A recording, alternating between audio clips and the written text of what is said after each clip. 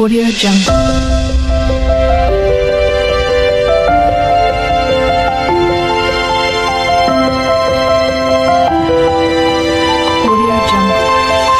সুপ্রিয় শিক্ষার্থীরা, তোমাদের সকলকে আজকের এই ভিডিওতে সুস্বাগতম জানাচ্ছি। আজকের এই ভিডিওটি অষ্টম শ্রেণীর শিক্ষার্থীদের জন্য। এই ভিডিওতে তোমাদের হিন্দু ধর্ম বিষয়ের ষান্মাসিক সামষ্টিক মূল্যায়ন পরীক্ষার দ্বিতীয় অধ্যায়ের তৃতীয় পরিচ্ছেদের নমুনা লিখিত প্রশ্ন উত্তর নিয়ে আলোচনা করব। আর আজকের এই ভিডিওটি তোমাদের জন্য খুবই গুরুত্বপূর্ণ, তাই তোমরা অবশ্যই ভিডিওটি না টেনে শেষ পর্যন্ত দেখবে এবং চ্যানেলটিকে সাবস্ক্রাইব করে সাথেই থাকবে। রাজা দক্ষ কার বরে প্রজাপতির উপর আধিপত্য বিস্তারের ক্ষমতা পান? ব্রহ্মার। দেবী মহামায়াকে তপস্যায় কে সন্তুষ্ট করেন? রাজা দক্ষ। রাজা দক্ষ কার আচরণে অত্যন্ত অপমানিত বোধ করলেন? জামাতা শিবের। সুগন্ধা শক্তিপীঠের সবচেয়ে বড় উৎসব কি? শিব চতুর্দশী। কোন শক্তিপীঠে দক্ষ কন্যা সতীর ডান হাত পড়েছিল? ভবানী শক্তিপীঠে। কোথায় মহাপুরুষ কেন্দ্রিক নানা মন্দির রয়েছে? চন্দ্রনাথে। কোথায় সতীদেবীর বাম উরু পড়েছিল? জয়ন্তী শক্তিপীঠে। মহাদেব ভৈরব কোথায় সর্বানন্দ নামে পূজিত হন? মহালক্ষ্মী শক্তিপীঠে। অপর্ণা শক্তিপীঠে বিখ্যাত কোন পুকুরটি রয়েছে? শাঁখারি পুকুর। যশোরেশ্বরী অর্থ কি? যশোরের দেবী। ধর্মীয় দৃষ্টিকোণে দেবতার অধিষ্ঠিত নিবাসস্থলকে কি বলে? ধাম।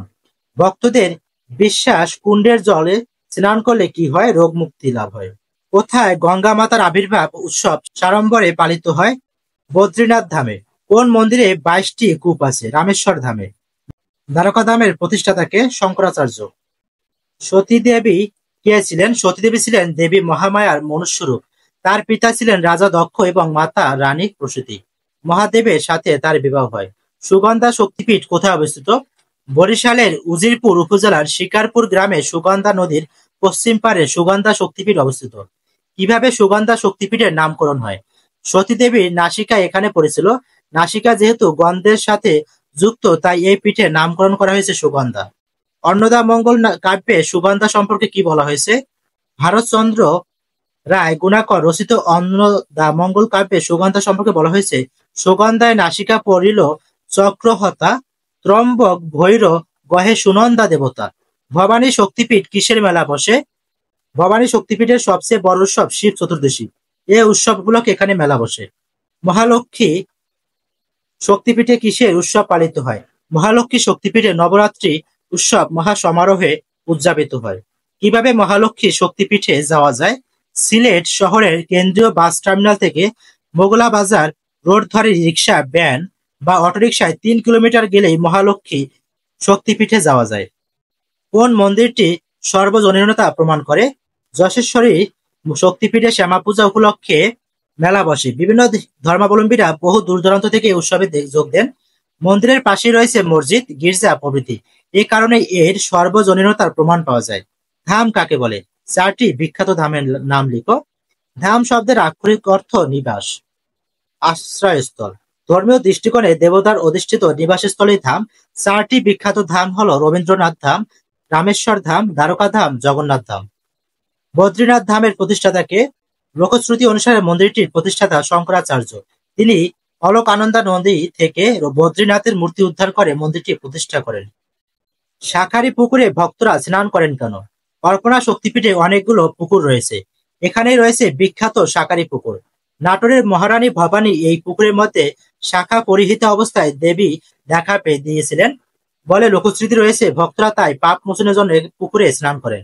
সতী দেবী কেন রুষ্ট হয়েছিলেন এবং এর ফলে কি হয়েছিল? দেবতারা এক মহাযজ্ঞের আয়োজন করলেন। দক্ষ যেখানে এলে উপস্থিত প্রজাপতিরা দাঁড়িয়ে সম্মান জানান, কিন্তু শিব দাঁড়ালেন না। এতে জামাতা শিবের আচরণে দক্ষ অত্যন্ত অপমানিত বোধ করেন। ক্ষুব্ধ দক্ষ বাড়ি ফিরে বৃহস্পতি যজ্ঞের আয়োজন করেন। সেখানে দক্ষের কন্যারা স্বামী সহ আসলেন। কেবল সতী আর তার স্বামী শিবকে নিমন্ত্রণ করা হয়নি।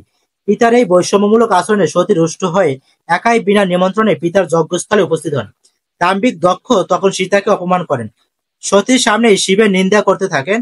স্বামী নিন্দা শুনে সতী যজ্ঞস্থলে প্রাণ ত্যাগ করেন। স্ত্রীর মৃত্যুর কথা জানতে পেরে মহাদেব শিব অত্যন্ত ক্রুদ্ধ হন। তারপর শিব যজ্ঞস্থলে এসে সতীর মৃতদেহ কাঁধে নিয়ে প্রলয় নৃত্য শুরু করেন। নৃত্যের তাণ্ডবে পৃথিবী রসাতলে যায় যায় অবস্থা। এই অবস্থায় থেকে রক্ষা করতে বিষ্ণু তার সুদর্শন চক্র দিয়ে শিবের কাঁধে থাকা সতীর দেহকে খণ্ড বিখণ্ড করে পৃথিবীকে রক্ষা করেছিলেন। প্রশ্ন, চন্দ্রনাথ পাহাড় কোথায় অবস্থিত এর বর্ণনা দাও। চট্টগ্রাম জেলার সীতাকুণ্ড বাজার থেকে প্রায় 4 কিলোমিটার পূর্বে চন্দ্রনাথ পাহাড় অবস্থিত। এর চূড়ায় ভবানী শক্তিপীঠের অবস্থান। এখানে দক্ষ কন্যার ডান হাত পড়েছিল। চন্দ্রনাথ পাহাড়ের সৌন্দর্য অতি মনোরম। সমুদ্রপৃষ্ঠ থেকে 1000 ফুটেরও বেশি উঁচু এই পাহাড়।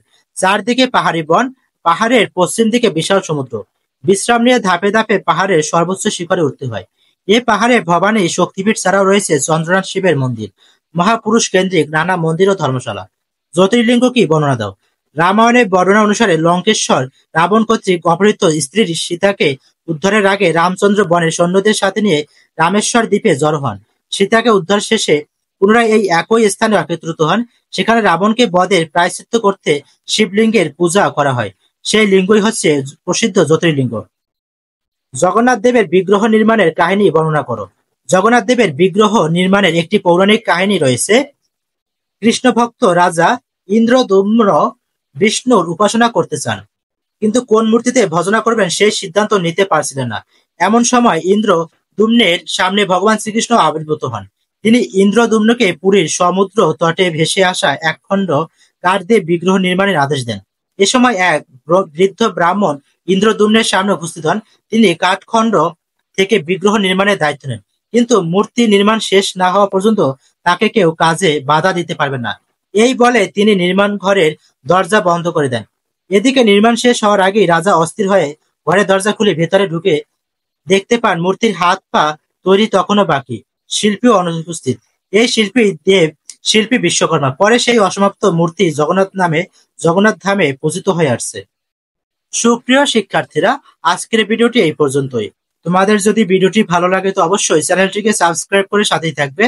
আর ভিডিওটি শেষ পর্যন্ত দেখার জন্য তোমাদেরকে অসংখ্য ধন্যবাদ।